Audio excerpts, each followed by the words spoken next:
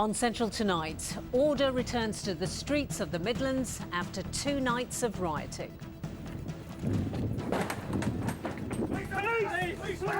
Now police attention focuses on bringing the troublemakers to justice as officers come calling on suspects. We're determined to do everything we can to catch those people responsible. All officers are working around the clock. My teams are working 24 hours around the clock to do that.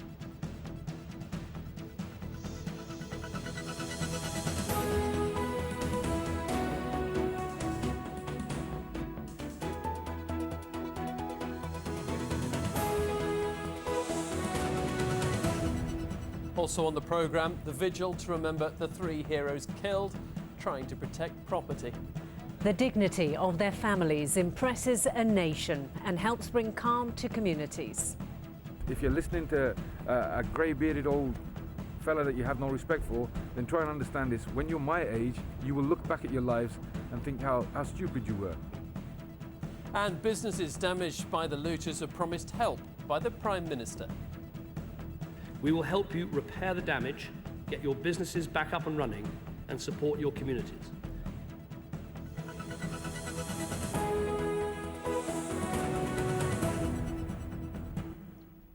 Good evening. After 2 days of mindless destruction and theft, peace thankfully returned to the Midlands towns and cities last night. However, across the region, officers remain on standby in case there is a repeat of the violence which has destroyed lives, properties and businesses. And as order was restored, police began to focus their attention on catching those responsible for the disorder. Charlotte Grant went out with police as they raided the homes of suspected rioters and recovered stolen goods. This is the latest footage to emerge of rioters ransacking a jeweller's. Within minutes, this gang of looters had smashed their way into the property and made off with all its contents. But today, it was the police smashing into properties. This morning, Central Tonight was given access to a series of raids by West Midlands Police. We followed them as they tried to track down the culprits who caused havoc on Birmingham streets. Police! This is the house of a 20-year-old suspect living in Kings Norton. Police want to arrest him for violent disorder and burglary. It took one phone call from a member of the public for the police to turn up at this suspect's house. He's not in, but they're now searching his property to see what they can recover. This time the police weren't so lucky. But it's not long before they get word of another positive call from the public. Here the police strike gold. They find a new games console, DVD player and a plasma TV, which they believe were stolen in the raids. But then they make another discovery. All the evidence is removed to be examined under the watchful eye of local residents. The police are working round the clock to identify suspect looters and to recover their bounty. It's all been stored in a secret location. This is just a fraction of some of the property recovered so far by West Midlands Police. In mobile phones alone, they've uncovered £14,000 worth. I think the majority of the public find what's happened totally disgusting, and actually that's borne out by them supporting us by giving us information. West Midlands Police, we will not let people get away with it. We will do everything we can, and all the officers are determined to arrest those people involved in those disturbances and bring them to justice. And we will work long hours, put a lot of effort into it, but we will arrest those people and bring them to justice. This team is just one of 11 police raid teams. They still have a long day ahead of them. We left them as they headed on to their next property and their next suspect. Charlotte Grant for Central Tonight. Well, throughout the day, those suspected of being involved in the trouble have been appearing before magistrates. Becky Johnson has been in court and joins us now. Becky, we are beginning to get a picture now of some of those allegedly involved in the looting, aren't we? Well, that's right, and it's an interesting picture that is emerging. Now, magistrates sat throughout the night in Solihull last night, and the court opened early in Nottingham this morning. Many of those going through the courts are very young. In fact, an 11-year-old girl today pleaded guilty to criminal damage. That's after smashing windows at the New Look store in Nottingham late on Tuesday night. Now, she appeared in court today with her father and was given a 9-month referral order. Before Nottingham magistrates closes at 10 o'clock tonight, they're expecting, well, they're going to try to hear around 90 cases. Now, what we're seeing is most of the adults are having applications for bail denied. Most of the juveniles are getting a real telling off from the judge. The boy on the left of this picture is just 15. Now, he pleaded guilty after being arrested as part of a gang running through the streets. He was fined £80 and told by the judge there are literally hundreds of silly, stupid children like you who you realise made the police's job that much harder to do. So how many have actually been arrested in total now? Well, looking at the total numbers across the Midlands, 450 people have been arrested. You can see the breakdown of the numbers there by region on your screen. Now, among those questioned were a 14-year-old girl from Wolverhampton who was marched to a police station by her uncle after he suspected she had stolen clothes. Now, of the 26 people who've so far appeared before Solihull magistrates, almost a quarter were under 17, and 20 of them have been sent to prison. Now, among them, a 20-year-old man who was sentenced to 6 months after admitting stealing £3,500 worth of cigarettes from a newsagents in Birmingham. Many others have been remanded into custody to appear in court again over the next coming days. One man who was remanded, he was accused of looting £5,000 worth of perfume from House of Fraser.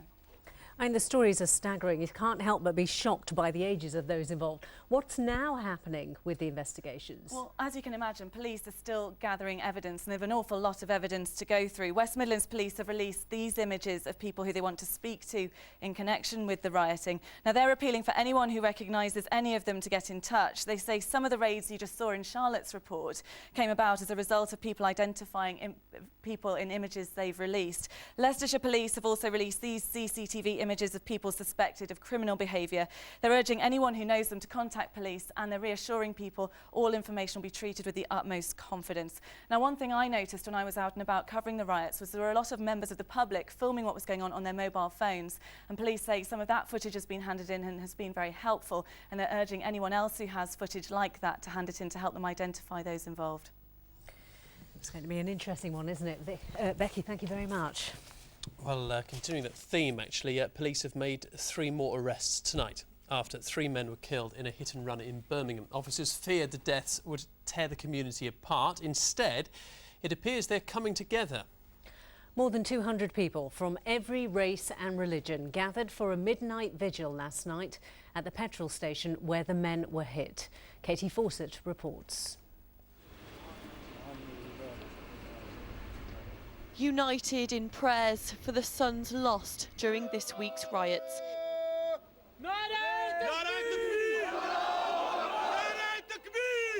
Last night, candles were lit in the memory of 3 men killed whilst trying to protect this local petrol station. The rest of Birmingham was also quiet. Today, the father of Haroon Jahan repeated the words which perhaps are being heeded. People are losing their livelihoods, their homes. I've lost my family, you know. I've already said to you, if you value your children, keep them at home, keep them off the streets, you know, to parents. And to the kids, if you're listening to a grey-bearded old fella that you have no respect for, then try and understand this. When you're my age, you will look back at your lives and think how stupid you were. Meanwhile, the brother of Shazad Ali and Abdul Musavir spoke of his loss. They'll be always in my heart, yeah, and always used to see him smile, mess about with me. As I say, I'll get off, be quiet. I can't even say that now, I'm lonely now, so. 30-year-old Shazad Ali was recently married, and his wife Hanza is expecting their first baby. The family wants to know why this child was robbed of a father. West Midlands Police have made 3 more arrests today in connection with the murder investigation. One is a 16-year-old boy. The 32-year-old man being questioned yesterday has been released on bail. Police are keeping a heavy presence in the area. People have continued to lay flowers throughout today, showing that this is not a community being torn apart. Far from it. It's a community pulling together. There was talk of racial tensions in Winson Green yesterday. No sign of it here now. Just a sadness that 3 young men are missing. Katie Fawcett in Birmingham for Central Tonight. Well, the appeals, the dignified appeals for calm from the bereaved families seemed to make a difference last night. So did the huge police presence that was on our city streets. Yes, after 2 nights of wanton violence, peace finally returned to the Midlands with just a handful of arrests. Our correspondent Peter Bean has this report. The lull after the storm. City centre's quiet, a night of relative calm. The rain helped, but the big deterrent was the thousands of police officers, some drafted in from as far away as Scotland. It's been the Q word so far tonight, which we're very pleased. We've had a lot of members of the public coming up saying that they're glad to see us out on the streets of Nottingham tonight. The goal was to ensure that law-abiding citizens of Nottingham City could enjoy the city and to prevent any trouble taking place this evening, and so far we've achieved that. Birmingham was in lockdown, the main routes into the city blocked off. In Leicester, police used stop and search powers to disperse groups of youths. There were 19 arrests. We're obviously holding our breath and hoping that we've seen the last of the disturbances that we saw in the city centre, but clearly can't be complacent about it and have got to be prepared for the worst. This city centre street, lined with pubs and bars, would normally be buzzing on a Wednesday night, but as you can see, it's completely dead. The trouble from last night seems to have kept a lot of people away, but more importantly, the heavy police presence seems to have kept the rioters away too. 3 of you come into town tonight. Yeah. Clearly there were some big problems in town last night, but it didn't put you off? No, somewhat. Yeah. But then we heard things had gone down. But there's loads of police about, so there's not going to be a problem. It almost feels safer than usual. Yeah. The authorities promised zero tolerance and are keeping to their word. The streets reclaimed, Leicestershire police are now to name and shame suspected rioters by distributing their photos. Nottingham City Council say they'll evict council tenants found guilty of disorder. Law-abiding, decent people are on the waiting list, while those who cause disruption and upset are being housed and accommodated. It's been an extraordinary few nights, not least for our police forces. The strain on them summed up in this photo, tweeted by an officer from Walsall. Peter Bean, Central Tonight. Well, the Prime Minister has promised to help businesses that have suffered because of the rioting. It's estimated that the disturbances have cost Midlands companies millions of pounds. David Cameron made the pledge during a special sitting of Parliament. And during the debate, he praised the dignity and courage of the families of the 3 men from Birmingham who died while trying to protect their communities. Our political correspondent Ben Earlham sent this report. Rarely does the Commons sit in summer, but rarely do towns and cities witness scenes like these. Recalled from recess, MPs from across the Midlands heard tough talk from the Prime Minister. We will track you down, we will find you, we will charge you, we will punish you. You will pay for what you have done. And for those struggling to pay for the damage, there was a pledge to help. The fight back has begun. We will protect you. If you've had your livelihood and property damaged, we will compensate you. We are on your side. The compensation package will see funding for police authorities to pay any compensation claims. A £20 million high street support scheme is being set up to help businesses get back up and running. And a £10 million recovery scheme will help councils meet the cost of the clear-up. But it's not just businesses. The torching of this age concern ambulance in Leicester sparked calls in the Commons for extra help for charities.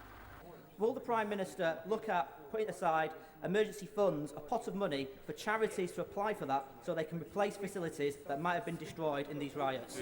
For people to attack the sort of facility he's talking about really is appalling and should make us stop and think about what's happened in our country. In terms of getting compensation and getting money, I've set out the schemes, all of which I think will be available for the sort of charity that he's speaking about. But as police forces across the Midlands face budget cuts, David Cameron was asked to reconsider. He mentioned 6%. And if you look at metropolitan areas, the cuts amount to a lot more than that. What we're asking is, on average, a 6% cash reduction over 4 years. I don't think that is impossible to do while keeping police visibility up. As the criminals were condemned in the Commons, there was also praise for those that called for calm. Following the tragic killing of 3 young men in Birmingham, the city faced its most dangerous moment in a decade. Will the Prime Minister join with me in paying tribute to our brave police under the inspirational leadership of Chief Constable Chris Sims and all that is best in our community, Tariq Johan and the Honourable Member for Ladywood, who acted to hold the community together so that Birmingham could say with one voice, we will not be divided. A committee of MPs will soon be looking into what lessons can be learned from these riots, but as police continue to hunt the criminals, communities will begin the task of repairing the damage they caused. Well, businesses which were wrecked by the looters have been told they will be compensated, even if they're not insured.